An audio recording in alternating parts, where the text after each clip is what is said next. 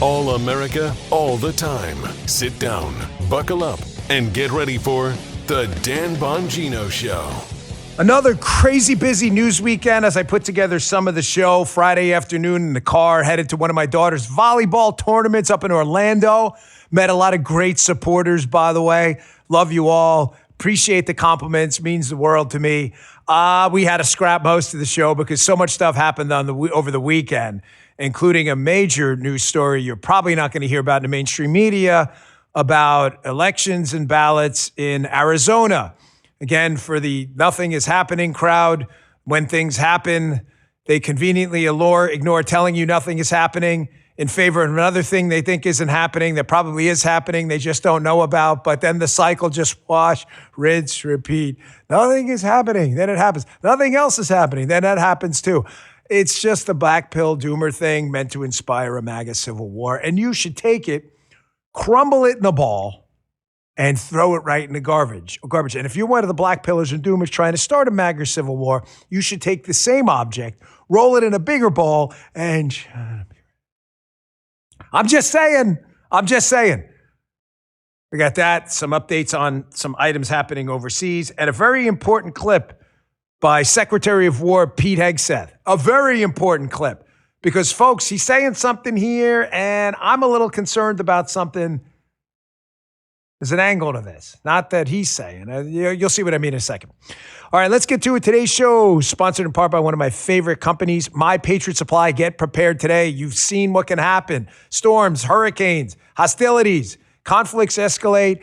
People need to be prepared in emergency. I use My Patriot Supply all the time. No one knows what's next. That's why reduce your anxiety by increasing your preparedness. Reduce anxiety, increase preparedness. Don't be left without power. Stay ready with a special offer from My Patriot Supply at preparewithbongino.com. Preparewithbongino.com. Get your power, get your food. Preparewithbongino.com today. Also, Rumble Wallet. I think censorship is back, folks. You know it. You see it happening just about everywhere, especially overseas. This stuff is always creeping. Many platforms are controlling the narrative again, deciding or trying to decide what you see and hear. We got to fight back. That's why I stand with Rumble, the only platform that's consistently stood for free speech. I invest there. I love the company. I believe in them from the beginning. Now Rumble's taking that fight to the financial world with, you ready? Rumble Wallet. A wallet they can't cancel, can't freeze, or can't control. No banks, no middlemen. It's just your money and your freedom. With Rumble Wallet, you can tip creators and shows instantly, no fees, no waiting weeks to get paid. And you can also buy and save digital assets like Bitcoin, Tether Gold, and now USAT, Tether's brand new US regulated stablecoin. Tether Gold is real gold on the blockchain, actual gold bars you own. USAT keeps your money steady and protected from inflation, all without relying on banks. So let's take control back. So go today. Support freedom, fight censorship at wallet.rumble.com. Or search Rumble Wallet in your app store, download it, open your account, move your money where it belongs in your hands. Wallet.rumble.com, wallet.rumble.com, download the Rumble Wallet app. Rumble Wallet is a technology provider only and not a custodial service. See terms at wallet.rumble.com. Thank you, Rumble Wallet. All right, fellas, let's go. Big, loaded, juicy show today on a Monday after a busy weekend. For those of you wondering, Amelia's team did very well in the volleyball tournament. Won 3 games, lost 1. You know, like Meatloaf, 2 out of 3 ain't bad. 3 out of 4 ain't bad either. They did pretty well. And all that matters, they played good. And I got a smile out of it when Amelia had a great couple of volleys. She looked over, gave me the look. You know the dad look? That's it, man. That's how. You ever doubt the existence of God? You shouldn't. Look at the eyes of your daughter when they do something really special. Amazing. All right, enough parenting lectures for the day. Just the news. Just saw this crack this morning. Another thing for the black pillars who always think nothing's happening until it happens, and then they move on to the next one. FBI secretly seizes election records from Arizona's largest county as the voting probe expands. Grand jury subpoena comes after the Arizona Senate raised concerns dating back to 2020, and the FBI learned of a congressional report from 2024. John Solomon, Just the News. Folks, I strongly encourage you to read the article. Look at how detailed it is. Again, I'm on the outside now. I don't claim any inside information about it on this. I'm just telling you, John has a source over there indicating in his piece. He's suggesting that this probe is expanding. Of course, we're going to follow the case. I can just tell you from my time there that public corruption was our first priority. Anyone telling you otherwise is full of shit. Obviously meant to instill upon you the nothing is happening narrative so you don't vote. That's it, period. The PC portfolio was extensive because you have public corruption. You have no faith in institutions. End of story. It was a top priority. It was right on the home screen every single day of everyone's computer. We got in there to have this home screen. It was like National Puppy Day or whatever. Something like, get that out of there. That's gone. We're not doing that. Folks, this is critical. Why is the left-wing media not interested in this story? I'm just curious. If the left-wing media folks are so concerned, as they pretended to be in the Bush-Gore election and the Russia collusion hoax about election integrity. Left-wingers in the media, you told us this. You were so concerned. Russia hacked the election. Russia stole the election. You bullshitters were so faux concerned about what you considered a stolen election. Donald Trump stole it with the Russians. Him and Putin were smoking cigars and Playboy jackets. And they stole the thing. Then why are you interested in this story? I don't understand. Why don't you just want to look at it? If there's nothing there, that would be good. Can we all agree that would be good? Right? Correct? Nobody wants voter fraud, right? If everything gets looked into and this FBI investigation and the grand jury subpoenas and all of the information portfolio that comes back indicates that fraud maybe was small but not decisive enough to change the result, okay, great. Why wouldn't you want to find that out? However, if this righteous investigation turns up evidence of voter fraud on a bigger scale than the left-wing media now pretends to put a gloss on otherwise, then that's the story of the century, isn't it?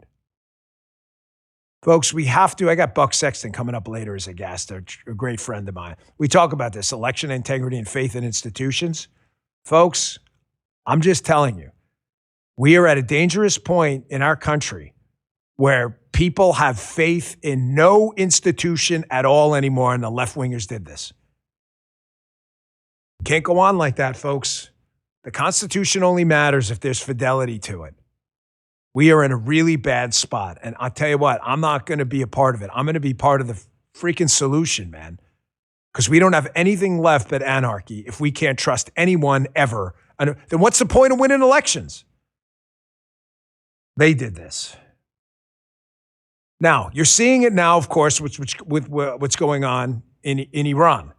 This has been a tremendously successful military operation, barely a week old by any metric. The decapitation of Death to America leadership and the Mullah class, the destruction of their Navy, the destruction of their ballistic missile capabilities, the destruction of their nuclear pipeline, drone capacity, military facilities, their destruction of infrastructure necessary to fund their war. There is not a single measure. This has not been a military success. It's a week old. Of course, you got the doomers out there and the left-wing media already hoping and praying the Iranians don't give up. You almost see them cheering on the left-wingers and the liberals in the media. You see them constantly cheering on the Iranians out there like, hey, man, don't give up. Eventually, oil prices will go up enough and the Trump will give up. These are our own freaking people. Our own people. You know what, guys? I want to go a little out of order here. Listen, Bill O'Reilly and I had the best relationship, okay? We used to, but whatever. I don't care. I'm trying not to get into like personalities unless we really need to. However, he had a pretty good point. I was going to bring this up later in the show. But here's Bill O'Reilly on one of his segments saying exactly this. Like, this is the craziest freaking thing I've ever seen. Like, are the left-wing media people and the liberals actually cheering on the Death to America crowd that would freaking nuke us tomorrow if they had the opportunity? Check this out. If you can believe it, there are Americans rooting against their own country in the Iranian military action situation. I am just flabbergasted, word of the day, that you can be an American citizen and hate the president so much that you root for killers to, I don't know about defeat, but to stalemate your own country. I don't get it either. To the liberal media folks out there and the doomer class trying to manufacture division inside of our own tent, do you understand the threat we're dealing with right now? The threat we're dealing with, you have nation states on one end, like Iran, North Korea, and others, that if they had the opportunity to destroy us and felt like they could even mildly preserve their regime, they would do it. You then have organized terror groups, AQAP, ISIS. You have groups in Maghreb, Sahel. You have a whole bunch of groups over there in the Middle East, in Africa, metastasizing into other countries. You have these cells that, despite our best efforts, have remained persistent, but neutered to an extent, okay?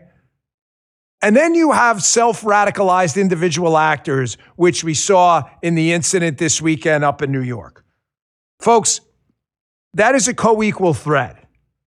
Now, the only reason I bring this up is because President Trump and his national security team understands that this third threat, again, nation states, terror cells, although sometimes interrelated, and then you have self-radicalized, what it was, the lone wolves. So not really lone wolves, but you get the point. They go and they see propaganda material on the internet, and they go and do something freaking crazy, like this suspect in the case up in New York throwing the TATP explosive at Jake Lang's group up there in New York City, if you missed it this weekend. These self-radicalized actors are getting this agitprop propaganda material that drives them crazy enough to become murderers and terrorists and scumbags. They're getting it from a lot of these nations. Look at this crazy freaking lunatic. Check this out. Look at this. If you guys see this, if you're watching on Apple and Spotify, this is actual video. This is how nuts these people. How the hell did this guy think he was going to get away? Look at this guy. There's like 20 cops around them. By the way, that one cop, man, he moved over that bike rack fast. You see that? Watch that guy. Man, good for him. You know how freaking crazy you have to be? My point in this whole thing is that the White House National Security Team, the DOJ team, and the DOW team, and the intel community understand that if you don't cut the head off the seat of this Islamo-fanatic, rebellion against civilization, you're going to be dealing with self-radicalization forever. And the seed of it is the Iranian mullah regime. It's not the only spot, not even close, but it's the seed of it. And you know it's true. That's why President Trump said, listen, regime change isn't the goal here. However, we are going to kill the Death to America crowd because they have caused this problem, that problem, that problem.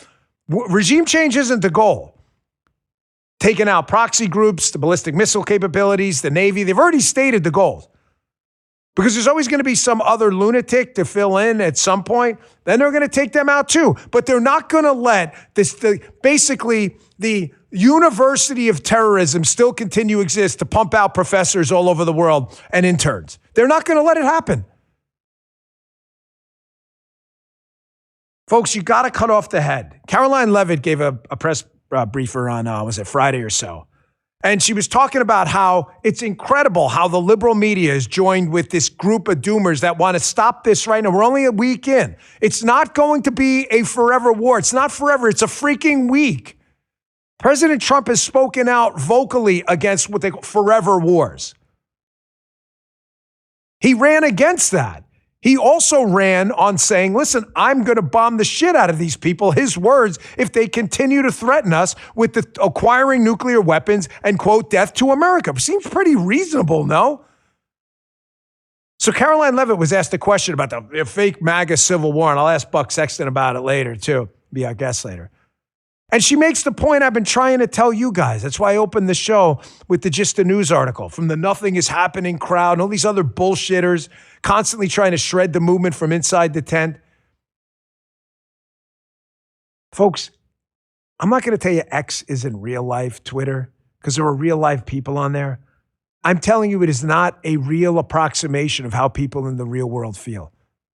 I'm out in the real world all the time. I've yet to have a single person come up to me and talk about the stuff you think is nuclear on X. At all. At all. Zero exaggeration in that. It's everywhere, except it's not. Here's Caroline Levitt on exactly this. I would just remind people X is not real life. This president lives in the real world. And with respect to MAGA, President Trump is the leader of MAGA. He's the creator of the MAGA movement. And there is nothing more America first than taking out terrorists who have maimed and killed our own servicemen and women, who chant death to America and who pose a threat to the homeland. And so President Trump is a leader of the peace through strength foreign policy doctrine. He attempted peace through diplomacy exhaustively and extensively with the rogue Iranian regime. And so they have been struck with the strength and the sheer might and will of the United States Armed Forces. And President Trump has proven he's a man of his word.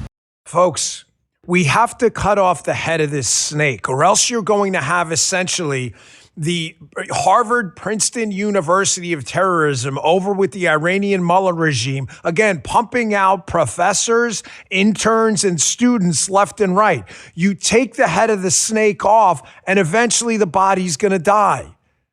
I'm sorry, like liberal media folks and others they're trying to co-opt into their movement are missing this grand strategy because it's right in front of your freaking face. The self-radicalization lone wolf problem is huge. You've got to cut off the pipeline of agitation propaganda material.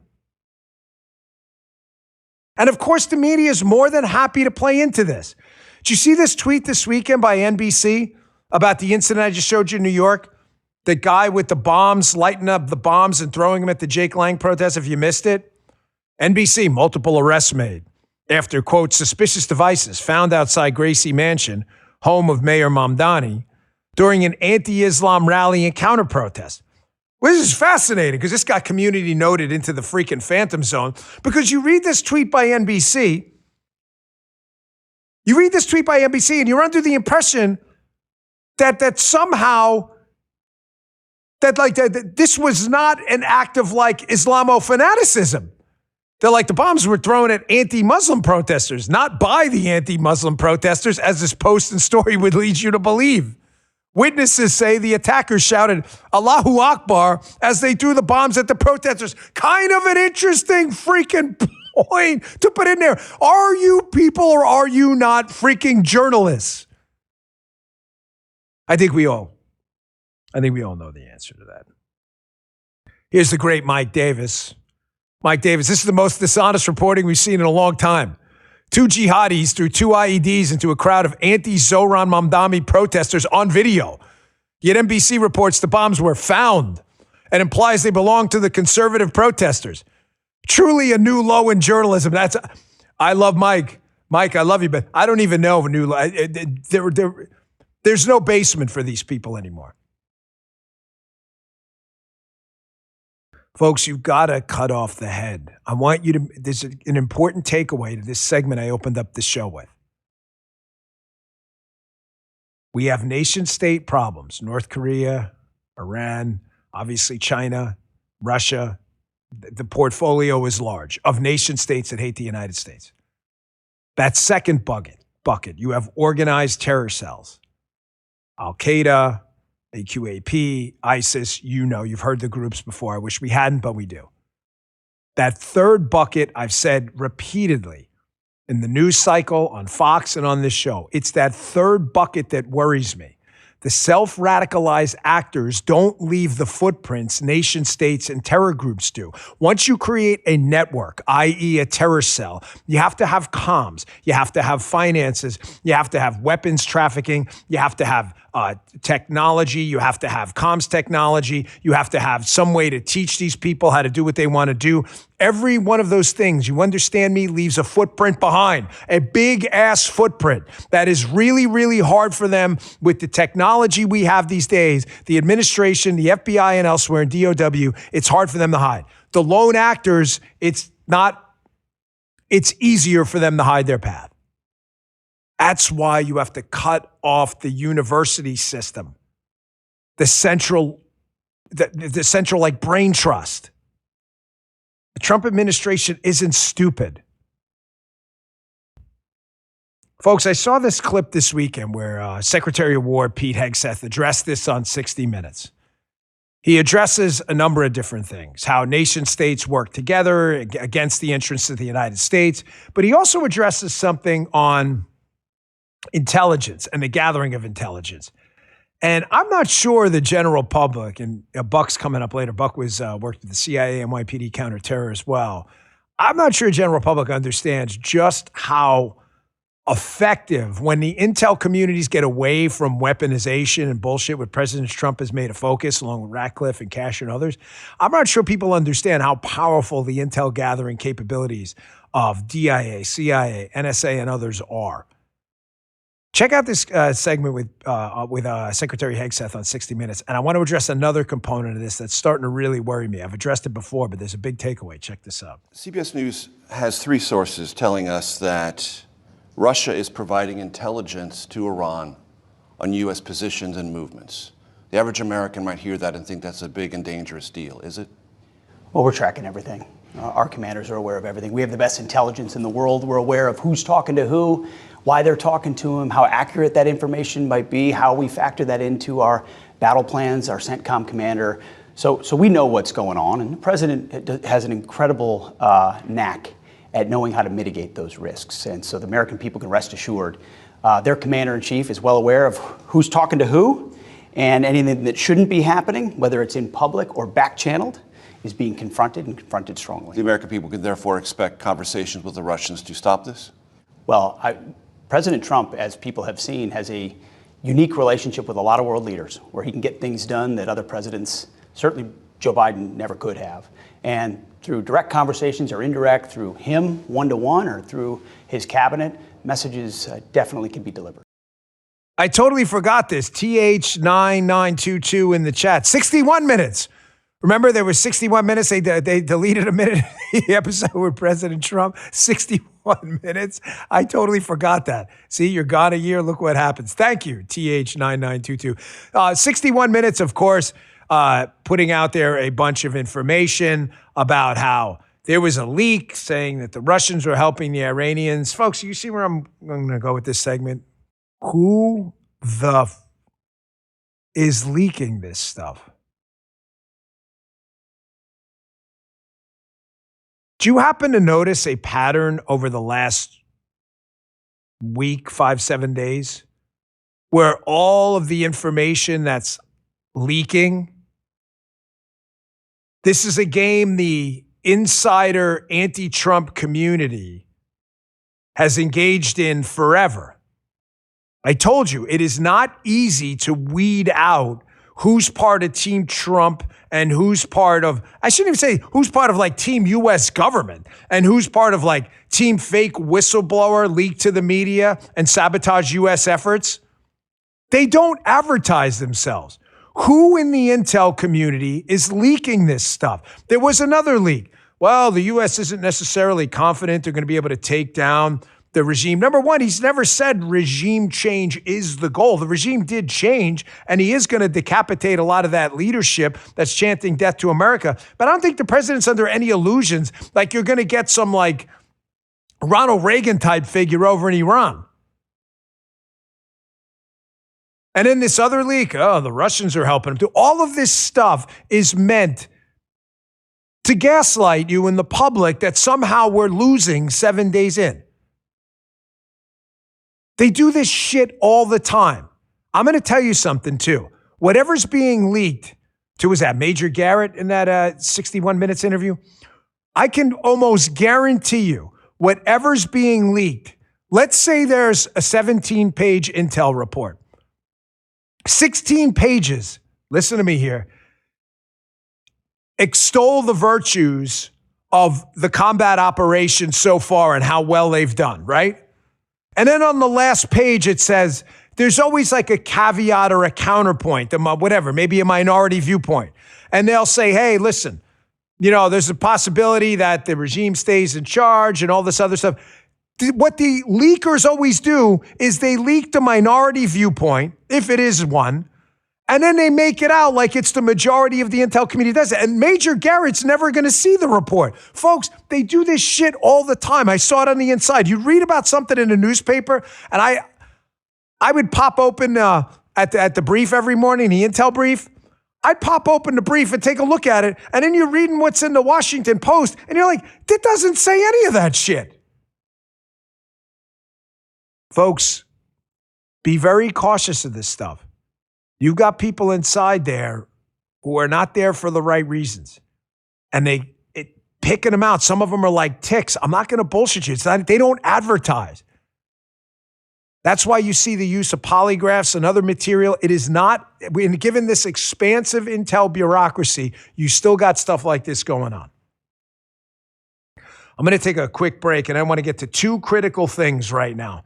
Two critical things we are succeeding at. I want to show you again some show your ass theory stuff. How the left, I mean, my gosh, between James Carville, this Jennifer Welch lady, they're just, at this point, they're just outright cheering for the other side, as you heard Bill O'Reilly say earlier in that clip. They just, at this point, just say, like, you'd rather the Iranian mullahs reconstitute themselves, build a nuclear weapon, and freaking bomb us. Like, just say it at this point.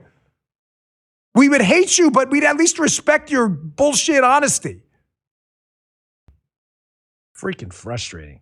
Two critical things I want to address coming up next. Financing, drone capacity, really important. Quick, and we're going to get to that. Hey, this last year, your eyes may have been open to a lot of things. But there was one thing that many found particularly disturbing, and that's a lot of the infighting going on. I bring this up all the time. We all agree on freedom of speech, the right to life, the Second Amendment, and supporting the military and our first responders. Well, there's one company that's been fighting for our rights. They supported this program and a lot of other conservative programs, too, from the very beginning, and that's Patriot Mobile. Unlike other mobile providers, Patriot Mobile works on all three major networks. I needed them this weekend. Thankfully, they came through. The cell service was terrible. Switched over to Patriot Mobile, worked great. In fact, you could be on multiple networks on the same phone. That's why this is so important to get. More importantly, Patriot Mobile's customers enjoy priority service with the same or better quality as their old providers. Patriot Mobile's 100% US-based customer service team makes switching fast and really easy. Keep your number, keep your phone, or upgrade. Go to patriotmobile.com/Dan. Get a free month of service with the offer code Dan. Patriot Mobile's been fighting for things we believe in for over a decade. Let's thank them by making the switch today. It's a great company, great service too. patriotmobile.com/Dan. That's patriotmobile.com/Dan. Thank you, Patriot Mobile. We appreciate it. So, two critical things we're succeeding at and we absolutely must destroy. Outside of obviously the death to America mullahs and their nuclear nuclear capabilities. One, their financing pipeline. No money, no power, no war machine. A war machine needs power. Power requires money. You don't have money, you don't have power. You don't have power, you don't have a war machine. You don't have a war machine, you don't have a war machine without power. You don't have power without money. Get to that in a second. And second, their drone building capacity, folks. I've addressed this ad nauseum. I know you're probably tired of it. So were the FBI guys after a year when I drove them crazy about drones every single day. I was like, drones, the new threat. But here's President Trump. This is a clip on CNN. It's actually, was it Dana Bash or something? She had a conversation with President Trump. And President Trump brings up something to her critical. You cannot fund a war without funds. And one of the epicenters of this funding has been some Middle Eastern countries who have been hesitant to dry it up. Well, this is the good news you're not going to hear about. The only reason you hear about it is on CNN is because they got an interview with him and they had to say what he said. Check this out. Also asked about the Gulf countries being hit. He said they're doing unbelievable and they're fighting. They, meaning Iran, made a terrible mistake when they attacked them. The UAE is freezing the assets, and they have the assets, all of them, and they got hit enough where they were going to freeze them. They're brave people. Again, you wouldn't hear this on CNN if they didn't get a direct interview with President Trump and they didn't have to report on exactly what he said. This is important. Muy importante. You got to dry up the money supply. It's another piece of good news that finally some of these Middle Eastern countries are starting to see that there is no future in allowing the Iranians to conduct illicit, sometimes overt, sometimes covert financial activity in your country. Critical. Second, you got to destroy their drone capacity. You know why. The threat from the skies is very unique. It's also cheap. Folks, we have a whole bunch. Look at this. Did you see? I pulled a bunch of voiceover material for you. Did you see this? This was the Iranians. Look, we've got this ship out in the sea, and it launches a bunch of drones, and we're going to go and screw with you guys and kill people and murder people with our drones. Look at that. They advertised it. Look how great this is. Elevated off-ramp. Boom, there goes one of the drones. And what is that? What is that? That's the drone. Okay, that's the drone. Thank you, Justin. Of course, that's the drone ship, and now unclassified DOW video, the drone ship being destroyed. Okay. Did you see this other video? They have now figured out a really excellent use of the Apache helicopters. I believe this is UAE footage here, taking out drones in the sky, obviously with rounds, instead of what appears to be, expensive, Patriot THAAD type missiles, which cost a whole lot of money. So listen, whatever we can do, the drone threat is very real, but there you go. If you can blow them out of the sky, just take them out of the sky and take them out of the sky as cheap as we can. I don't know if you saw this video again this weekend, trying to pull a variety of different video to show you where we stand, but also drone defense for fixed objects like buildings, which you obviously can't move. They're not a moving target. They are a ripe target for drone attacks. Here is one of our diplomatic facilities in Saudi activating a CRAM system. I want you to listen to this. You'll see the machine gun fire from the roof. Wow.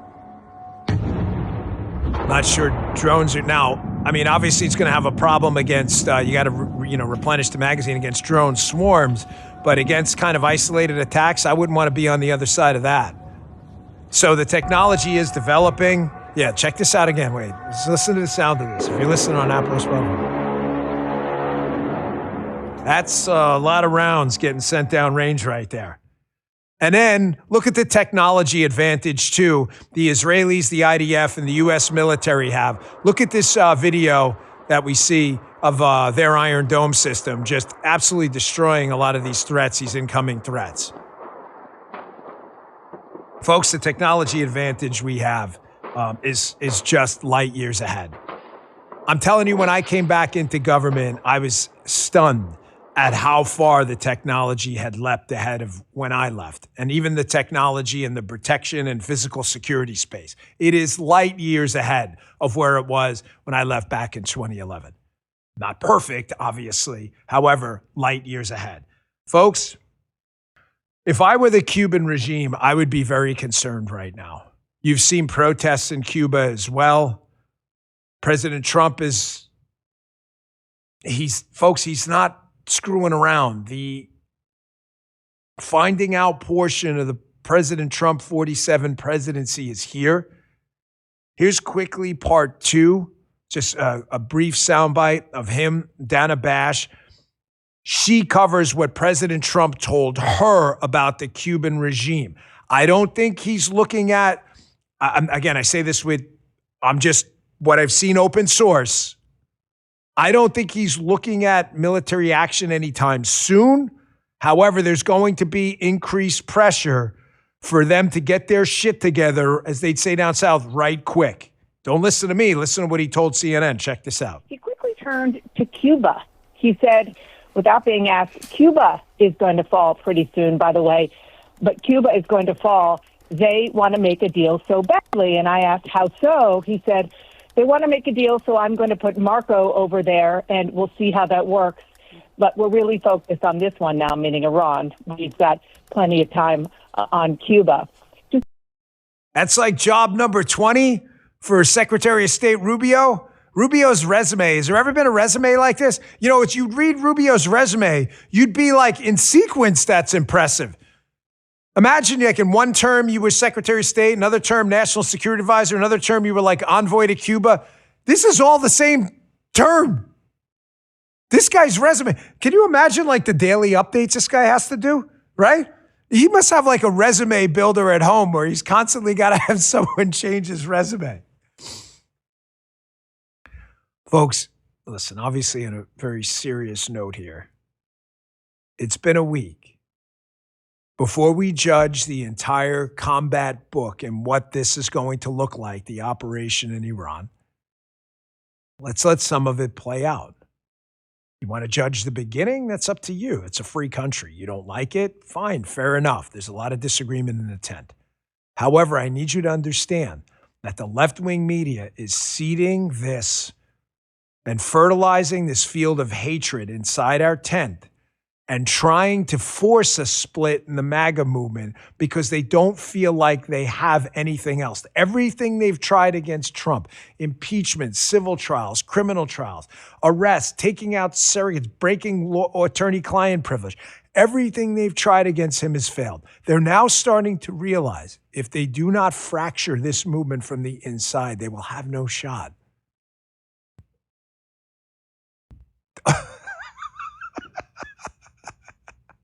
That is hilarious. Again, if you're listening on Apple and Spotify, you got to tune in. 39 minutes in. There you go. Marco Rubio. That's the famous, of course, meme of Rubio on the couch in the Oval wearing various costumes now in his Cuba, now taking over Cuba as well. Marco Rubio, many different jobs. Folks, the left is fracturing too right now.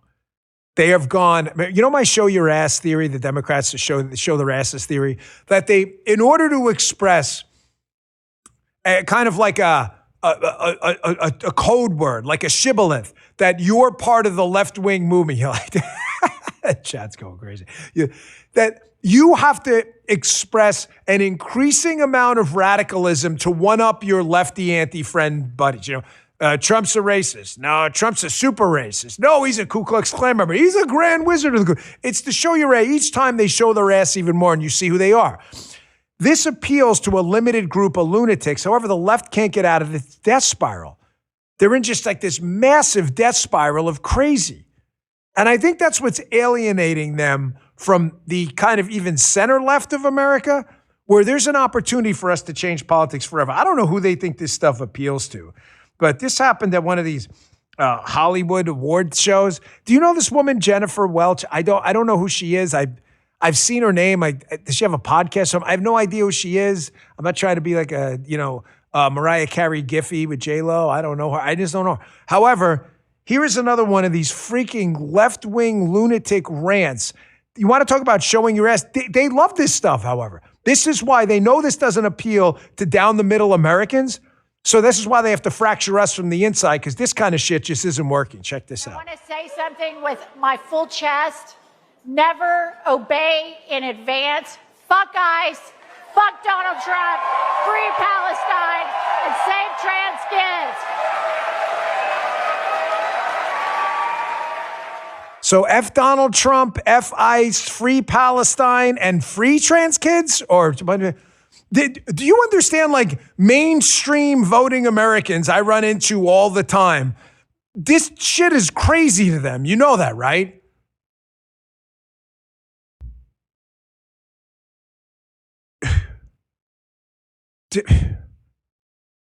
Before we, what's going on? This next clip, this is the Dan Bongino, Dan's favorite clip of the day. For all the wrong reasons, by the way. I swear to you, this next clip we thought was fake. I mean, even after doing our intake homework, because when we have to process video and go through specific things and make sure it's real, you don't want to get burned. Once in a while, something slips through and you got to correct it later. It happens in the media business. We try to make it rare. We did all the checks, right, Justin? And Justin's like, I still can't believe this clip is real. That's where I was going with this. I would show you but I'm afraid his number's going to creep up. This next clip is so bananas that I actually had to text the congressman. He's my congressman who asked this question. And he's like, no, this is absolutely real. This is Congressman Brian Mast from Florida. He's actually my congressman. He's up at a Capitol Hill hearing, and he's doing a expose of like foreign NGOs and Biden era money that went to support crazy shit overseas. You know what? This clip speaks for itself. Play the clip and tell me how this appeals to mainstream America. Quote, queering maps overseas with your tax dollars. Check this out. Queering the map? So I think we were trying to make the maps more gay. Literally? How do you make a map more gay? I mean, especially or with gay AI, at all? You know, since the age of cartography, we've had pretty good maps, but maybe they weren't gay enough. So I know also, I took critical theory in college. I think sometimes people use queer as a verb. I do understand that the maps that we were trying to make gay were, I think, of Czechia and Slovakia. So maybe those countries asked for it. I doubt it, but I don't know. We do have real things to work on in Congress, like what's going on with the imminent threat of Iran. And it is embarrassing that we have to talk about the fact that things like this were funded. Non-binary and trans francophones, linguistic attitudes and ideologies towards inclusive French in Montreal, Canada, these things. I'm going to give you a list. My time has expired. I'm going to give you a list of these. And any of these that you can provide me the receipt for, the Facebook link to where they wanted to take photos of how they were doing a DEIA flash mob in Kyrgyzstan, whatever documentation they have of all of these things, we would love to see that and would absolutely love to know the individuals specifically that were busy writing these grants, because they have no business receiving another paycheck from the people of the United States of America. What the hell is queering the map? Gay maps? How do you make maps gay? I don't even know. I'm not shitting you. I had to text the congressman this morning. Is this real? Hold on. I'm not going to share because I don't understand. Congressman, is that make the maps gay clip real? Yes, it's real. Secretary Rogers was explaining how one of our grants from the Biden administration, of which we have hundreds, was about queering the map. And he sent me even more crazy stuff. How do you make maps gay? How do maps get gay? There's a screenshot of Justin's phone asking Grok. Yes, the video's real. Folks, I'm not kidding. Folks in the chat, please help. How do you make a freaking map gay? We have real problems in the world. We've got the threat of Iranian, North Korean, China, Russia, cyber infiltration into the United States grid. You got a death to America crowd constantly trying to build nuclear weapons, not for show. You got the North Koreans with nuclear weapons. You've got a war in Ukraine. You've always got hostilities going on in the African continent. You've got hostilities going on in Europe. You got a war against free speech in some portions of even Western Europe. And we're talking about freaking gay maps. How do you make a map gay? None of this shit appeals to freaking normal people. It only appeals to lunatics. I can't. It's so funny. I can't. We invited the congressman on the show to talk about money given to cartographers to make maps gay. Enough on that one. Now you see why it's my favorite clip for all the wrong reasons of the day. Folks, we're dealing with serious stuff. Despite what you've been told by some people in the ecosystem out there, the threat to President Trump's life from the Iranians was very real. Very real. We just had a guy up in New York, Merchant, convicted in a case I'm intimately familiar with. We worked it the entire time I was there. I don't care what anyone's telling you about what they think the threat is. Unless they've been in on intel briefings and know something you and I don't know, the threat from Iranian actors against President Trump's life, the seat of the executive branch, the president of the United States, is very real. We've now got a court conviction on this exact incident. I want to play two clips from this. First, the first one on the Iranian leadership's role. There's no question about that in the plot to try to take out President Trump. Check this out. The federal trial of a Pakistani man, prosecutors accuse him of plotting to assassinate American political leaders, including President Trump. He says Iran was behind it all. Alexis McAdams is outside the Brooklyn Federal Courthouse in New York City. An interesting case that really not a lot of viewers knew about when it happened in 2024 because President Trump was out on the campaign trail and there was so much going on and so many other threats. But that's when police say Asif Merchant came here from Pakistan because he says Iranian leadership told him to, said hunt down President Trump, hire a couple of guys that can take him out at a political rally. So take a look here on your screen. This is who we're talking about. He's sitting there inside of that Brooklyn Federal Courthouse right now as those closing arguments are underway. 47 years old. He's facing federal terrorism charges and could spend the rest of his life behind bars. Merchant testified, Harris, in his own federal trial, and he explained this, making this drawing again that he said Iranian leaders gave him back in 2024. Really doesn't look like there's much to it. It looks like, like a kid drew it or something, but that's the sketch of a rally site. Merchant was arrested just one day before Trump was shot in Butler, Pennsylvania. You don't need to play the other one, but he's now been convicted. So there's no need to talk in legal terms. There's a presumption of innocence in the United States, of course, and there should be. It's the right thing to do. He's now convicted. So there's no reason for that anymore. He's not alleged. He's not the suspect. He's the convicted person involved. I noticed the end was that Alexis McAdams. The Iranian leadership. Folks, we're dealing with really serious shit right here. This is not a joke.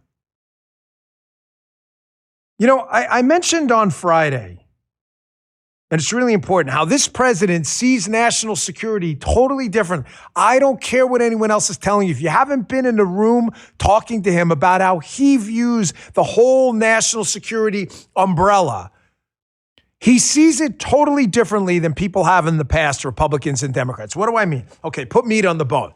It's easy for you to say that, right? What are you talking about? This is my experience with him. The president looks at national security from the lens of a wider aperture. Like, yes, terror groups in the Maghreb, and terror groups in the Middle East, the Muslim Brotherhood, and others. Yes, these are obviously very, very serious problems. Why do you got a split screen up with Alexis Mazat? Oh, okay. Oh, look at you. Very nice, Justin, taking some initiative.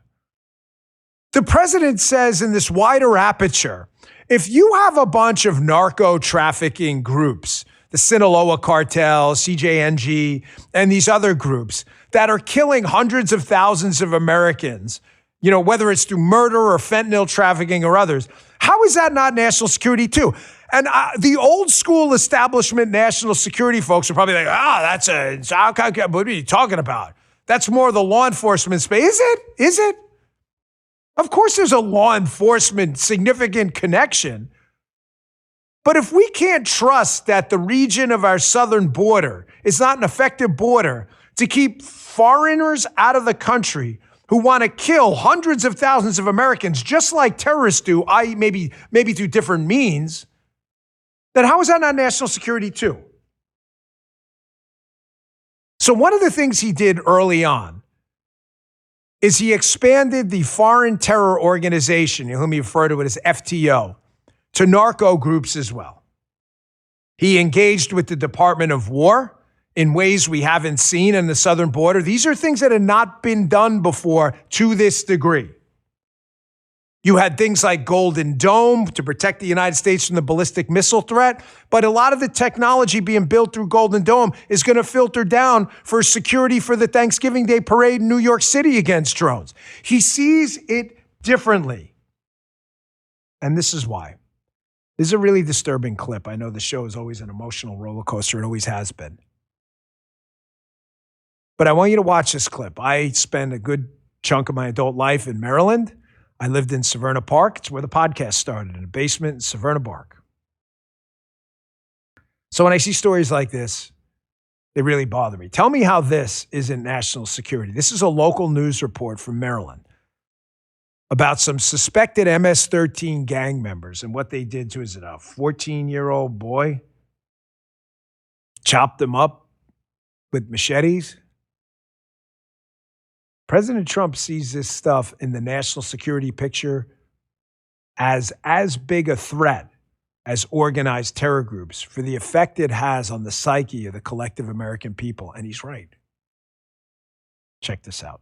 Four MS-13 gang members have been indicted on several charges in connection with the death of a D.C. teen. Now, Prince George's County State's Attorney Tara Jackson says they've identified 3 men and a 17-year-old in connection to Jefferson Amaya Ayala's murder in College Park in November. Jefferson went missing last August. The suspects are charged with first-degree murder. How is that not a big national security problem? Organized international FTO, foreign terror organizations, because that's what they are, chopping up teenagers in the United States with machetes.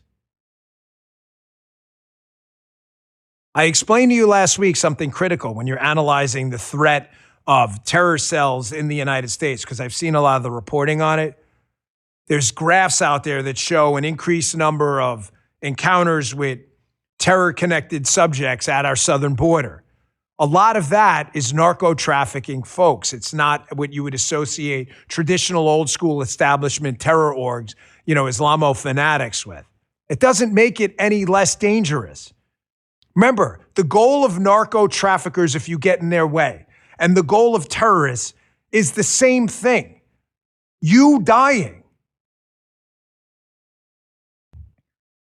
Folks, this, of course, a safer America with the lowest crime rates we've seen in your lifetime, the lowest homicide rate I think we're ever going to see, the crushing of open-air drug markets, the destruction of FTOs, Maduro, now the destruction of the Iranian Death to America Mullah regime. This drives the left crazy. I played the Bill O'Reilly clip earlier. He was absolutely right. It's like the left is cheering on the freaking enemies of the United States. It's like they love this stuff. I've never seen anything like it. You would think, like, James Carville, you got this clip ready to go. James Carville, the Ragin' Cajun. Carville was a Bill Clinton political advisor. Obviously, he's a Democrat. Some of you know him, some of you don't. The only reason I play this guy's clips once in a while is that this guy in the past, by Democrat standards, let me be clear, folks in the chat, before you start flaming me here, by Democrat standards, where you're dealing with that Jennifer Welch lady, trans kid, 3 pounds, has been one to tell the Democrats, hey, cut the trans stuff. He's kind of been like the least insane. That's all gone. This guy had a meltdown of epic proportions. Not going to caught on video. He did this on purpose. And this is why I'm telling you, like, Donald Trump's successes in the space, foreign affairs, against crime, the economy, it drives them bananas to the point now that even their self-declared moderates have given up. They're now all in with the freaking lunatic class. It's why we have to be careful of letting the lunatic class infect people in our own tent and suck them into this vortex of stupid too. Folks, this is a serious language alert. If you have kids, not me, it's Carville, but I feel like leaving the language in. You guys didn't edit it, right? For that, I feel like leaving the language in is important for effect. Check this out. You fat fuck Trump. If you listen to this, you listen good, because what I'm getting ready to say is what a lot of people in this country speak for, who I speak for. And I speak for a lot of fucking people. You hear me, you fat asshole? This is what we believe. You're right. I got Trump derangement syndrome. I hate the motherfucker. And you know what? I don't want to get rid of it. I don't want to get better. I want to get worse. I want to hate him more. I pray to God in heaven, God reign the righteous reign of Trump derangement syndrome. Pray for me, Lord. I'm your vessel on this earth. Pray for the people that listen to this. We want more. We want to hate the son of a bitch so much that we can't see straight. I'm sorry. I'm sorry about the. I don't know. I don't know what to tell you. You see why the left needs this? Jasmine, am I making a point with the MAGA Civil War? Am I making a point? Poor Jasmine. You come in the studio, it's open season. Sorry. Makeup ladies here, Jasmine. You're in here, open season. You are part of the show. Do you see why they need the MAGA Civil War now? This chat's going absolutely wild. He's gone. He's a KJP 137. He's an ass bag. I thought that said gas bag. It said ass bag. Same. I agree. Folks, they've gone freaking nuts. The MAGA Civil War, listen to me, the fake MAGA Civil War is all they have. If they cannot cause the destruction from inside the tent, they've just given up from outside. Carville's given up any sense of sanity. Look at you. Literally foaming at the mouth. Right. Justin said, we hate the word literally because it's so overused, like literally. Foaming. There's foam. The guy's foaming at the mouth like a rabid animal. The clawing, the scratching at the face. Listen, I'm not going to call out the guy, be a fraud, call out the guy's language. I've been known to, whatever. But holy Moses, man. Control yourself. Did you see the seething going on? Folks, I'm going to tell you something. Here's another thing that's driving Carville and these other ass bags, as KJP says in the KJP. I get you there. As it said in the chat.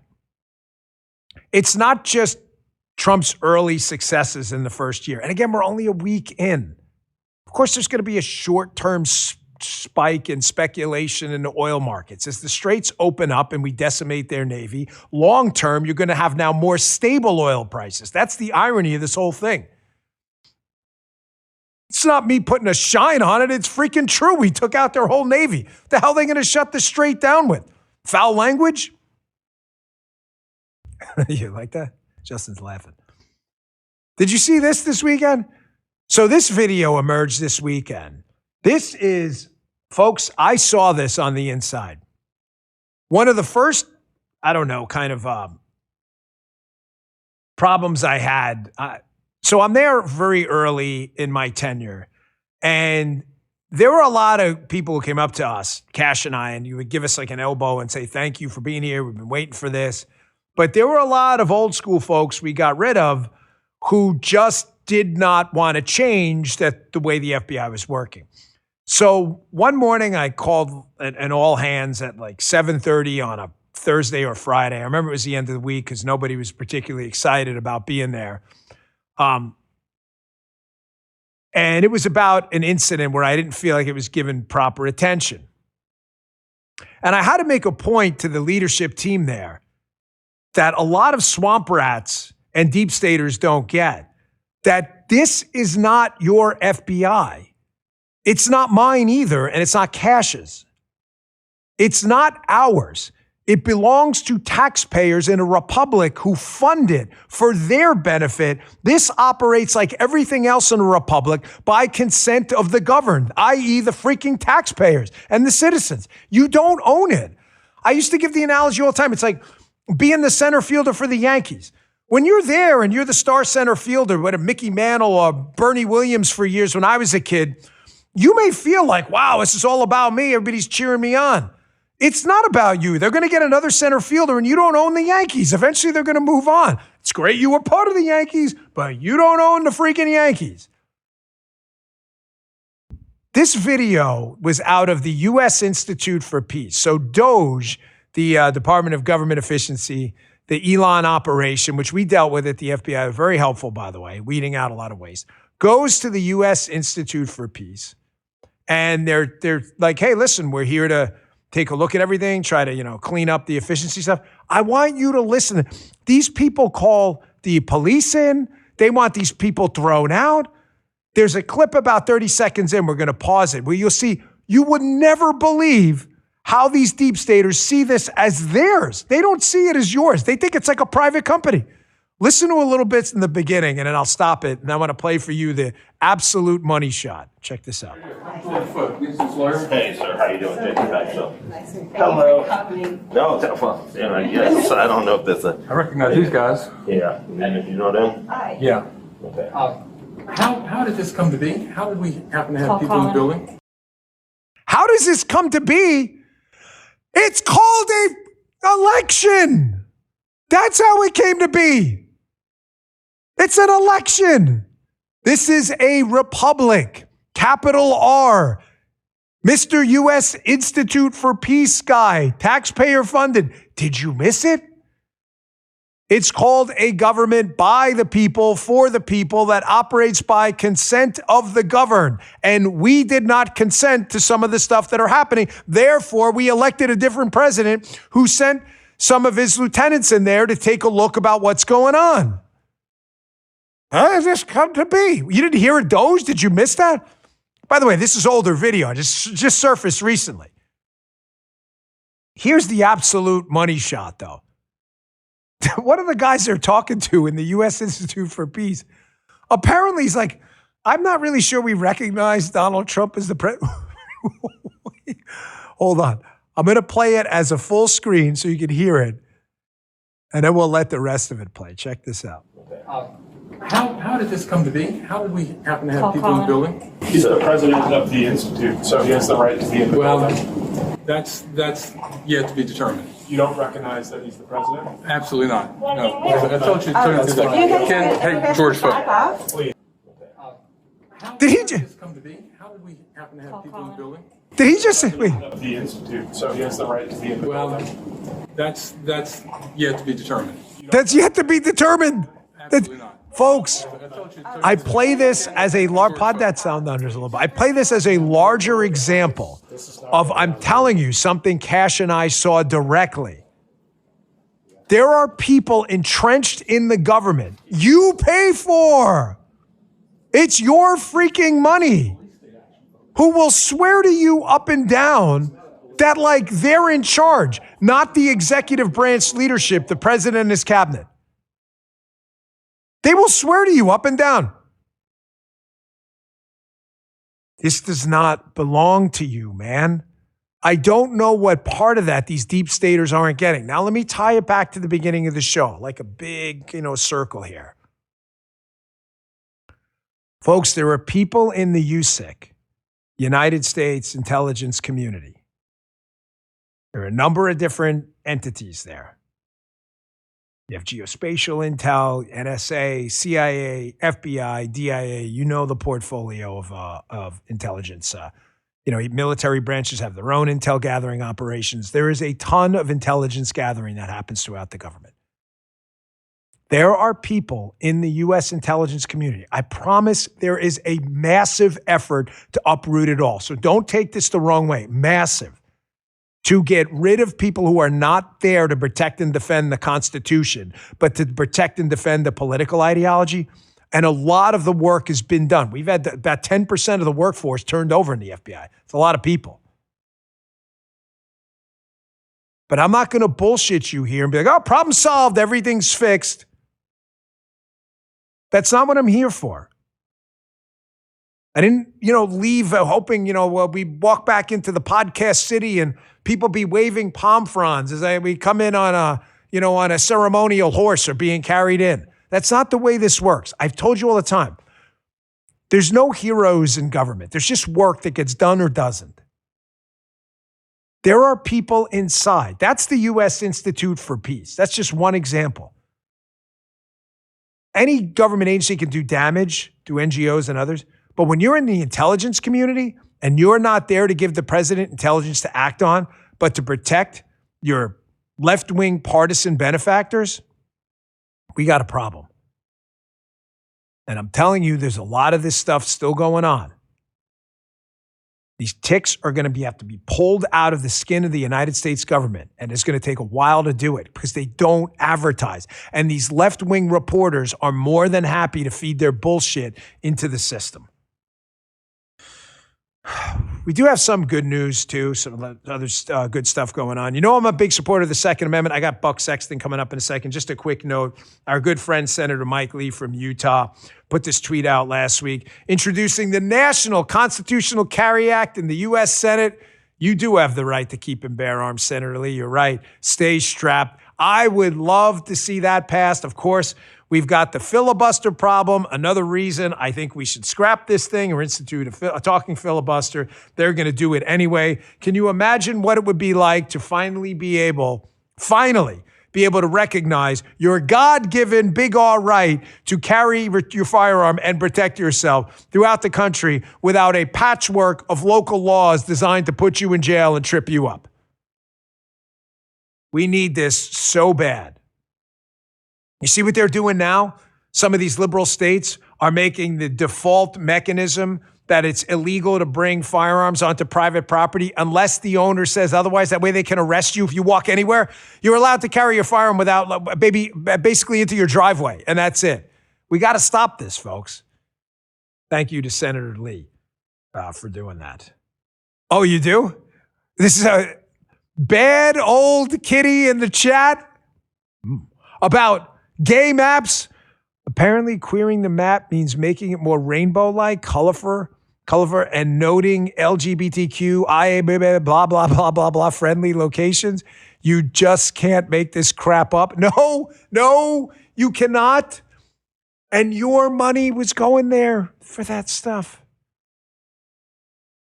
Desert X Rider, all straights are now, that's clever. All straights are now gay. The gay of Hormuz. And a Motley at the end. Desert X Rider, you get chat post comment of the day. Get a little stamp for that, fellas. Well done. That's freaking creative. BP Sniper. Dan, why do you wear a watch now? I don't know. You haven't done questions for Dan in a long time. I love watches. I just used to forget all the time. And now, ever since I moved, I got this little watch holder, and it's right near my wallet, so I don't forget. I love it. I'm a watch guy. It's the only thing I like is watches. I don't get enjoyment out of like a lot of material stuff. As you can tell, I wear like t-shirts and regular old jeans. I don't even wear like super expensive stuff. So I like watches. I'm a watch guy. I don't know. I've always been a watch guy. Although, quick, before I get to the break. Sorry, I don't want to. If anyone out there, my watch was stolen, my Breitling watch, from my house in a burglary well over 10 years ago, 15 years ago when I lived in Severna Park. Someone broke into my house at night when I was home. They broke in. They stole my Secret Service Breitling Colt GMT blue face, and on the front it had a Secret Service star and it said Presidential Protective Division. Listen, Breitling's, this is actually, I like Breitling, a good watch. It's not super high end, but I like them. That watch was special. It was only one of like 500 ever made. I'm serious, man. I'm not messing with you guys. If you guys ever see that watch, it's a Colt GMT, dark blue face. If you ever see it and it's like on the market anywhere, send me the link right away. We have an email on the website. I don't even care. I'll buy it. I don't even want to know who stole it anymore. We know who stole it. The guy did some jail time, but it's got hawked and it's been gone ever since. But it was my prized possession and it got stolen. Incredible. All right, I'm going to take a quick break, and then I got my good friend Buck Sexton coming up. He hosts one of the most popular radio shows in the country, has a new book out about gaslighting, liberal bullshit gaslighting, and the dangers of it, called Manufactured Delusion. Also has a good body of experience in the intel community. We have a great conversation. You're not going to want to miss this. Oh, you like the shirt? All America, all the time? 7, Nicole Wallace with the romantic music in the background, too. We need a smoking jacket for that one. Thank you, Nicole. I thought it was a 10, however, but whatever. Nicole's downgrading a little bit. If you want to pick it up, you can pick them up on the website. You know, we put some shirts out there. People like that kind of stuff. So this is my new one. I really like it, too. Folks, if you're like me, you become totally desensitized to all the phone notifications we get every single day. You've seen them all the time. Most of them are random alerts. You swipe away without thinking. But if that latest ping is from your security camera, listen, it can spell disaster. And we don't want that. Imagine someone breaking into your home while you're at a meeting at work, sitting in a movie theater, or flying at 30,000 feet. You'll see the footage eventually, but by then, it's far too late to do anything about it. You know I take security seriously. Unfortunately, we've had a lot of incidents around the house. I wish we didn't. You should take it seriously, too. Producer Jim just recently followed my advice, and he signed up with Simply Safe. It's a customizable whole home security system backed by 24/7 monitoring agents you can rely on to act even when you can't. Simply Safe's Active Guard outdoor protection helps prevent break-ins before they happen. And unlike other companies, Simply Safe has no long-term contracts. They earn your trust each day, day after day. They're so confident in their protection, they even offer an anti-theft guarantee. Right now, my listeners can get 50% off their new Simply Safe system. Go to simplysafe.com/Dan Bongino. That's simply with an I, SIMPLI. Simplysafe.com/Dan Bongino. Check it out. Folks, security, don't mess around with it, especially the times we live in. Simplysafe.com/Dan Bongino. There's no safe like Simply Safe.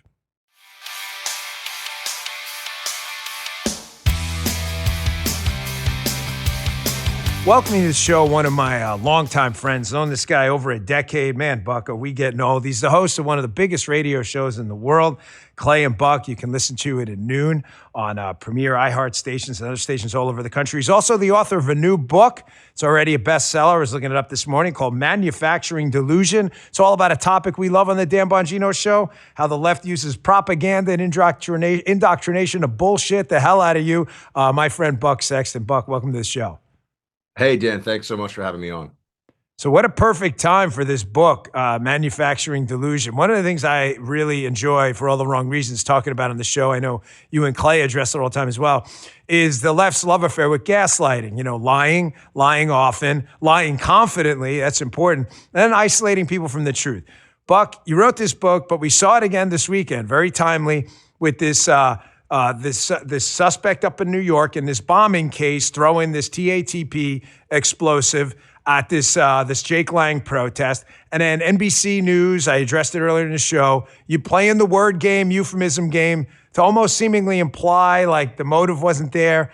I get really worried about this stuff with the media not painting a clear picture of where the threat is coming from. This Islamo-radical threat, self-radicalization. It's a really big deal. We used to see this all the time in Intel Division at the NYPD, Dan, as you know, that the media would try to seize upon things in the initial moments or the first hour or two when a story would break to mislead people intentionally about who the likely perpetrator was or what was really going on.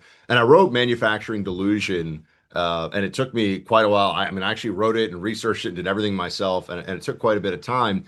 But even when I first pitched this to my publishers 2 years ago, I said, look, people are going nuts, but they're being made to go nuts, right? I mean, this is something you talk about on your show. Like there's effort in this. It's not just like people all of a sudden believe things that are extremely obviously untrue because they've become suddenly detached from reality. There are actually tactics. There's a playbook. And in Manufacturing Delusion, I lay this out. You're talking about gaslighting. It's not just that they lie to you, Dan. It's that adherence, and this is one of the, this is dealt with in the chapter on menticide or killing of the mind. Again, all the chapters are all broken down by tactics.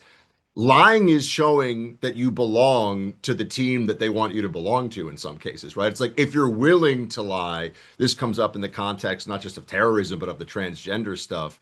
You have to show that you're willing to lie to be on the team that they want you to be on, right? This is almost like the secret handshake, if you will. You're going to say things that are absurd, right? I mean, this is when they go out there and they're like, the biggest terrorist threat, you see this a million times, the biggest terrorist threat in this country is like, white nationalist Republicans. Right. And if you exclude 9/11, so if you stupid. exclude 9/11, you're like, this is insane. You people are nuts. Right. That's what the book is about. Yeah.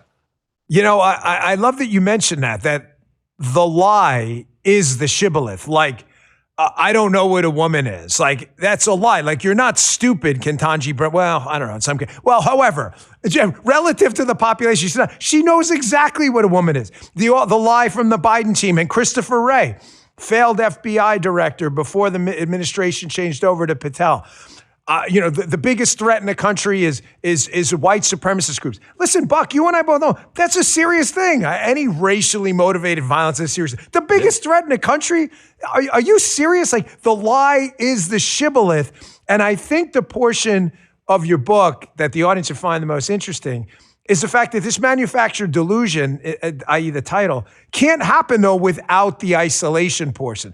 Like, they bubble themselves in, and although the mandarins on the left know it's a lie, the suckers underneath them fall for it, and they really do believe there's like 760 genders and that a bunch of Ku Klux Klan members are in every corner in every community because they never see the truth. Hannah Arendt, the author of The Origins of Totalitarianism, writing all about the Nazis, the rise of totalitarian regimes. She describes what you're talking about as atomized subjects, because one of the things that comes up, I talk about for the first time, Dan, in the book, I talk about CIA deployments to Nigeria, which I had never spoken. They had to clear that one. I didn't know that that was long ago enough now. But I was looking into Boko Haram, the origins of Boko Haram. Little 23, 4-year-old buck, believe it or not, was running around Nigeria with the secret police looking at Boko Haram before that was even called that. But then I get into Iraq and Afghanistan and deployments there. And in the isolation chapter, there's a chapter on this because obviously it's an important theme. It's something you talk about too, about how you make people crazy. I said, look, you can be physically isolated, right? I mean, if you're in some little village, an hour's drive from Kandahar, it's easier because you don't have access to the internet or television or even radio or whatever. It's easier for people to indoctrinate you. But Hannah Arendt talks about atomized subjects. And these are people who are psychologically isolated. So you could be around people all day, all the time. And of course, this is also in the context of self-radicalized jihadists in this country, like the wackadoos that just threw the IED outside of the mayor's office, or the mayor's mansion or whatever in New York, mayor's mansion. You can be somebody who's physically in close proximity to other people, but you feel, ideologically speaking, you think that you are completely separate from that society. You think you are isolated and have no contact to it, and therefore are much more subject to the tactics of mind manipulation. And like I said, atomized subjects. I mean, there's a whole framework for this going back now 100 years since Aaron came up with it. So that's one of the pathways and one of the tactics I talk about. But it's the same thing, Dan, remember, like, when I was, again, pitching the topic of the book, Manufacturing Delusion, which I hope your enormous audience of people who actually care about knowing cool stuff, and there's a lot of history in the book and everything else. I know your people. They like history. They like to know tactics. Manufacturing Delusion is well worth the read because they'll just get all this from it. But I was pitching and I said, how is it that people who think they're well-informed really believe? Just look at the BLM thing. That was a manufactured delusion. How is it that people think that cops, and you were a cop, Dan, that cops are shooting like 10,000 unarmed black men a year for no reason? Buck, there's a chart. Talk about a manufactured delusion. Yeah. If it was like they asked a bunch of liberal Democrats, how many unarmed black men were shot by police? The number was like some ridiculous, like 15,000. It was thousands. And it was like 100 or something. And even of those, there were only 11 that there were even, it was just so ridiculous. But that's why, like, the title of your book, I find it so fascinating. I didn't mean to interrupt you. I rarely do that. But you just nailed the point on that. And I'm thinking of it in terms of how, at least my experience over the last, you and I both worked in the intel space for the government. And when I worked for the Secret Service, the government always going to have problems. It's government. I mean, the bureaucracy's endless. We get it. But people still had faith in institutions. I mean, back in 1999, 2000, 2005, up until, the weaponized government basically tried to take down Donald Trump twice. To say you were with the FBI carried some cachet. To say you with the CIA, people generally were like, wow, thanks for your service. The military still has that, thankfully. Upper level Pentagon leadership took a beating under the Biden administration and Obama because they were kind of bureaucratized. But the lack of faith in institutions through these manufactured delusions, as you call them, Buck, is really had some deeply consequential problems. It's creating some consequential problems for the United States. Nobody trusts anything coming out of the government anymore. And the left did this, not us. Well, absolutely. And, you mentioned this when the CIA, I went to the CIA. I'm like you, I'm a New Yorker, and I could have done what all my peers did, which was, I was in college when 9/11 happened. And a lot, when I say peers, I mean classmates, right? Not people my age. A lot of guys obviously signed up and served right away.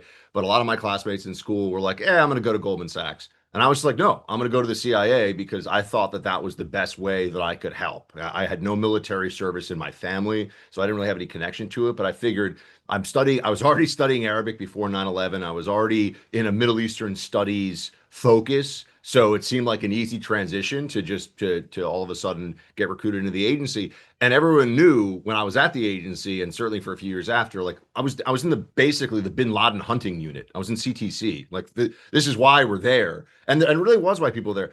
Dan, that has been destroyed. Now people say, they're like, I can't trust you. You were in the CIA. I was like, first of all, I haven't been in like 15 years. Second of all, I joined when everybody was like, can we please find all these guys and kill them before they can blow up, 10 planes over the Pacific? I mean, you look at some of these plots that they actually had that were disrupted. Anyway, you know this, I know this, your audience knows this, but I do think it just bears repeating that we ask people to go do this stuff. Thankfully, there's still the respect earned and deserved by our military. But on the intel side, from a lot of these bureaucracies, people have this idea like, I wasn't James Comey's personal assistant at the FBI when he was trying to frame Trump. I was with you on the outside saying that, by the way, that was Russia collusion is a massive manufactured delusion. I get into it a little bit in the book, but I probably should have gotten into it even more. That is a perfect example. Something like 30% of Democrats into Trump's term, maybe 2 years into his term, thought that Russia actually hacked voting machines,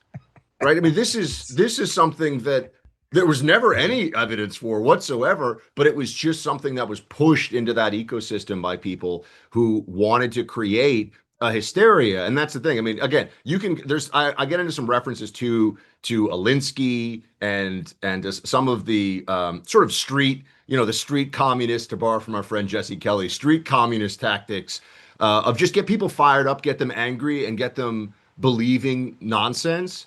And you can then use them as tools for whatever you want. And I think that's at the heart of the Democrat Party today. The lie is the point. And this is why the gaslighting is the point. This is not some secondary thing, because otherwise you can't get people to become so upset over saying that like men can't play in women's sports, or that Black Lives Matter is built on lies, or or Russia collusion, or Donald. I mean, all the stuff with Donald Trump is covering up for a global cabal of evil pedos. I mean, there's a lot of stuff out there that people say, and you're like, there's just no evidence for this. Oh, but it is helpful for the people who are trying to kick at the load-bearing walls of our civilization. It is helpful for people who want to tear everything down, to get people so aggravated and agitated that they can be pushed on this stuff. So that's and a lot of the things. But another thing I get into the book, I might add, Dan, is we see a little less this now, but forced confession, and just the role of, the apology tour that we used to have, like not we, but conservatives or people on the right. You would say the smallest thing. You would say something that you're like, I don't even know. And then it was, you have to go and you have to apologize. Or and I'm not just talking about a media, if you work in some corporation, this is straight out of the Maoist Cultural Revolution playbook. They got put all these people up on stage back in China in the 50s, and they were beating them with sticks and everything. And they were having to confess, because that shows that you're broken. And they want people to seem broken to people around them. Buck, like land acknowledgments or like that. Like, it's so Perfect, farcical yes. and right. I just thought, as you said, everyone get up on this land prior were the Seminole Indians or okay, well, give it back then. No one's stopping you from giving it back. Like, give it back. And they don't want to do it.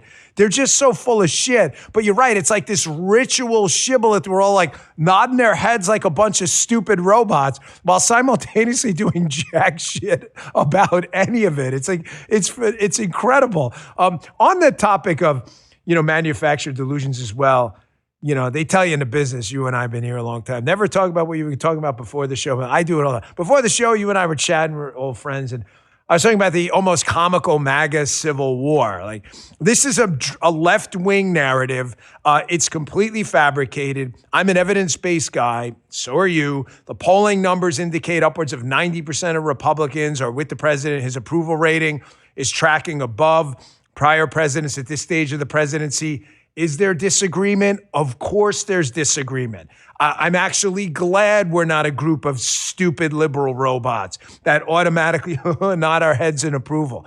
But a MAGA civil war, this is like the latest manufactured delusion on the left. There's no such thing. The numbers don't bear that out. Oh, it's absolutely the case that this is a weapon being used, because our opponents are, unfortunately, they've had so many manufactured delusions that they can't even keep it all straight, and they don't know what to do, because they're now dragging around things. I mean, the trans issue is a perfect example, but there are others as well. Their policies on crime are insane. Lock up criminals, and guess what? You have fewer old ladies being bludgeoned in the streets by maniacs who have been arrested 100 times. I know, you tell your people this day in and day out. So do I. Of course, right? That you have to be insane not to see these things, but that's the point. They've been pushed into this. It's the insanity is a construct. The insanity is a tool. And on the MAGA Civil War, I mean, look, I have a few things. I always tell my radio audience, don't ever expect me to hit my friends, because I won't do it. Because for me, it's just a point of honor. Like, if someone's on the right and they're fighting for the country, we're trying to achieve the same things, and I'm not going to go out like a bitch and take shots at them so I can get a few clicks or whatever. That's part one. And then part two of it, I would say, it's actually kind of a testament to how much, when we came up in this business. I mean, you and I have been doing this for roughly the same amount of time now, which, damn, we're getting old. It's been like 15-ish years. You started right around the same time. Yeah, right around the same time. So, when you look at the beginnings of this, we had all of social media against us, all of legacy media against us, all these people, all the, CNN was like a serious organization with a lot of money that people gave a lot of, I know you laugh now when you say this out loud, right? But back then these things had, and Brian Williams was America's newsman, the whole thing. We had to become really adept, and we had to become fighters. And I mean this, you and me and Shapiro and Walsh and Clay, I mean, go down the list. Like, I can't name everybody right now, but you go down the list of everybody on the right who was obviously all your colleagues, all your friends at Fox. They had to actually get good at this and be capable of making arguments, and be the left. They've just been kind of like fed grapes and carried around on a litter and told how brilliant they are, and go from one overpaid nonsense position to another. And basically, if they can't turn us against each other, they just have no chance. Like, I talk about this with Clay all the time. Who are they even going to have? Who are they going to have that you would even want to debate on the left that's even worth your time right now? I don't even think that person really in media exists. So what they want are people with big audiences and a lot of ability to just, they want this to be the Iran-Iraq war of the 1980s, where it's just like the more casualties for everyone, the better. So I think falling into that trap is insane, and I refuse to do it. The good news is that if the commies win back even just the House, as in this midterm, which may very well happen, everyone's going to get a reality check on the right again of, oh, these people are insane and they want to destroy the country. So that means that we'll have to actually focus again and not be turning on each other, which I just think is nonsense. Yeah, I agree with some exceptions. There are some people out there who are not MAGA, or not, forget MAGA, they're not even Republican or conservative. I don't know what they ran on in the past. I just know now, like, you're just totally full of shit. Like, what you're doing now is, and I just have to call it what it is, because that's different. That I see is just divisive inside and meant to destroy us from the inside. But, you brought up something interesting, because you're right. Like, you and I have known each other since, early 2000s. I mean, it's been a really, really long time, probably well over 2012. Yeah. I mean, I was up in New York doing a Blaze show with you. Over, I think 15 years ago or something. But I don't bring that up because to age us both, although it may do it by default. I do it because I don't think a lot of the younger folks who have, been gracious with their time and listen to your show and my show and Ben and others, I don't think a lot of them understand, like, all the structural advantages for the left. Airport viewing, I'm not joking, like, the airports have CNN. Like, that's just what, it's a joke and we laugh, but no airport in America, like, outside of like FBOs, have Fox on. I mean, the citations in Stupipedia and all these other places, the whole ecosystem of NBC, ABC, CBS, and their millions of nighttime viewers, the New York Times, the Washington Post, the Chicago Trib, all the media centers around the world were driven by leftists or left-leaning, pseudo-centrists. And Buck, we still, and I say we, I mean all of us. I'm not just talking about me and Buck. All the names he mentioned, Matt and Ben and Levin and Sean and Beck, who managed to stay, and Rush, I mean, the godfather of all of our shows. We still wound up, I don't want to say winning, but we've stayed competitive, if not edged ahead of them in the digital game, and they hate us for it. Oh, absolutely. I go back to that time period, and I just think about the advantages that they had felt totally insurmountable. And if you look at this from an information warfare, I mean, propaganda is one of the chapters in Manufacturing Delusion. If you look at this from an information warfare perspective, I mean, we were outgunned just by sheer volume in a way that, in retrospect, was just it was unbelievable. I mean, you think about the advantages, the built-in advantages, and I think in some ways it really actually peaked during COVID because then we saw, oh, if they can, they will just shut us down. It's not really that they want to be able to dominate us by sheer volume, by the platforms that they have. If they have their druthers, they want to be in a place where they can straight up silence. Because as you know, if you don't exist on the internet and you don't have some massive legacy platform that you can call upon, I mean, you're not a part of the conversation. You just can't get your message out enough. So there's been such a transformation. I believe personally that Elon Musk buying X is one of the most important things to have happened in the last decade. Maybe one of the most important things that happened in the 21st century. And I don't, I think what Elon's doing in a business sense is incredible in a whole range of ways. But I think that broke the lockdown that they really had on information distribution. And now once that cat's out of the bag, like they've just got problems that they can't even begin to fix. And so I go back to the beginnings of it. I think about what it was like trying to do media then. And, we were like weirdos, right? I mean, we people on the right were treated always in that media ecosystem like there was something kind of wrong with us. And it's funny because we represented, I think Roger Ailes said this, but we represented this little constituency of half the country. So yes, he did. He did say that. Yeah. Yeah, so I think we've evened out quite a bit in the firepower. But what I said is really true. It's like all the campus conservatives that I know too, like all the college conservatives.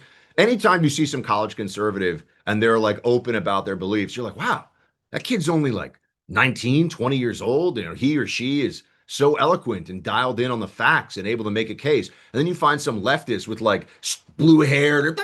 It's just like some banshee shouting communist slogans and like spittle flying out of their mouth, and it's like, but this is what happens when one side is putting in the work and the other is just being being sort of patted and cosseted and passed along.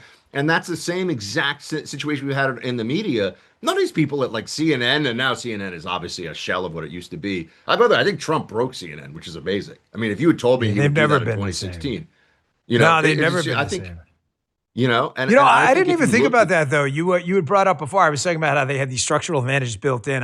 Last question for you after this, but I had totally forgotten about it when I was asking you the question about the fake fact checking, the boycotting, the Google Ads boycotts, the YouTube banning, like all of that. And it's like, hey man, we're still here. Reminds me of that scene in Rocky 2. When he's asking Duke, like, why he shouldn't take the second fight against Rocky. And he's like, I saw you beat that man down. And he just kept coming. He goes, we don't need that in our life. That is the entire conservative content creation space. They just never gave up. And now it's the golden years. But in the last few minutes I have with you, we're talking to Buck Sexton, author of the best-selling new book. Pick it up today, wherever you get your books. Manufacturing Delusion. There it is on the screen. We got the fancy graphic. He's got a hard copy right there. Buck, you were in the intel space for a while. Just got out of it myself. Hegseth, Secretary of War, doing an amazing job. Good friend of both of ours. Just a great guy. He brought up this weekend, he was asked in 60 Minutes on the 60 Minutes interview about the intel advantage basically for the United States. He was asked in a different format, kind of a hit question. But he answered correctly, without getting into too many details. I think you know this as well. Listen, warfare is always going to be obviously tautologically dangerous. That's just a fact. No matter how great your technology or advantage, brave people have to go and wage war and put their lives at risk. However, the United States technology base and our ability to gather intelligence on foreign adversaries is so light years ahead of everyone else. And when you see it from behind the scenes, you see why Pete's like, nah, we're not really surprised by mine. I'm not telling you surprises don't happen. Ukraine war, there were some people who saw it coming, some who did not. But we do a really, really good job at this. And it's even happening even more efficiently now that the weaponization component's that cancer's been largely excised out. Dan, it reminds me, I was in the book I wrote about being in Mosul back in like 2007. and working alongside a task force, their military, the real door kickers. And by working alongside, I'm helping pull target packages, and then at night I'm on the base, and they're actually going in and kicking in the doors and doing all that stuff. And it's amazing what they were able to do even then. SEALs, Delta, these guys. But I remember watching a drone strike on a car in broad daylight in Mosul, watching it, on the screen on surveillance. And, it was like it was the standard thing that everyone's now seen in movies and stuff, Hellfire missile, some little rickety vehicle, boom. And, no one's getting out of that car. But I just remember that, the whole thing is toast and everyone in it is killed. I think there were four people in the car, all Al-Qaeda guys sawing people's heads off, bad dudes. But I remember that I watched this, and then I saw one. I was in the White House actually visiting some of our mutual friends last June, and they showed me, it had just been declassified. They showed me, I forget the technical designation of it, Dan, but people refer to it as like the flying Ginsu knife. Yes, the missile that has the extended, the blades, basically scissor slicers. That thing, you don't want to get hit by that. It's gonna be a bad day. And this car is moving. Okay, the other strike that I saw was broad daylight. Car basically had a red light or stopped, and hit 4 people. Everyone's dead. This car is moving, and obviously being tracked by a drone. And they send this Ginsu thing in. Dan, the car had 4 people in it. The 3 other dudes got out, except the guy that they were trying to take out. And you sit here, you're like, this is in a whole other, people saw that video, I think, during the Israel-Hamas war of that senior Hamas guy. You remember that in the building? And the drone basically we're in a whole, and when you look at robotics, you look at AI, the technological stuff that is coming. When I say coming on board, it already exists. It's kind of just like how it's going to be deployed by our military, or how it already is being deployed and people are learning about it. The advantages that we have currently are far beyond what even I saw 20 years ago when we were fighting the GWAT, right? Inside the agency. It's a whole other level. So I certainly hope that plus the lessons of the GWAT, including don't try to build someone else's country for them, as long as we stick to those principles, I think we could be in for running up the scoreboard against the bad guys in a really big way here, which would be great for America first and foremost, but also honestly just good for humanity, good for the whole world. So that's my prayer, at least. Buddy. You and I have that same sense of humility. I came back, was not in the intel space, was in the protection and law enforcement space, and but familiarity with surveillance devices, obviously, and I was just blown away. I mean, with 3 weeks to a month, I was just nothing but bring it on, guys. Just every day, brief every day. I want to hear, and it was just incredible. It worries me a little bit about the surveillance state and the wrong people getting in charge. That's why we got to vote right. Buck, the new book is called Manufacturing Delusion. Folks, go pick it up today. Buck is a great friend of mine. He's got a great radio show with Clay. Airs all around the country on 500 stations or some obscene number. It's a phenomenal show. He's a good friend of mine. Pick it up today. Manufacturing Delusion. Buck, we hope to have you back sometime. You're welcome anytime. You know where to find me, man. Thanks for Dan, I love it, man. Thank you for being so generous, having me on your show and telling everyone to get. I really think that your people will enjoy the book. Honestly, I think that they'll like. It's meant to be read. A lot of cool stuff in there, a lot of history. So thank you for having me on. Yes, sir. Anytime. That was Buck Sexton, folks. Good friend of mine.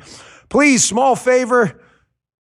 Small favor. By the way, if you want one of these shirts, Paula loves them. Up to you. Again, we're not big salespeople on the show, but all America, all the time. Dan Bongino Show is back. We had an insane month. Friday's show, over 1 million views. Thank you so much.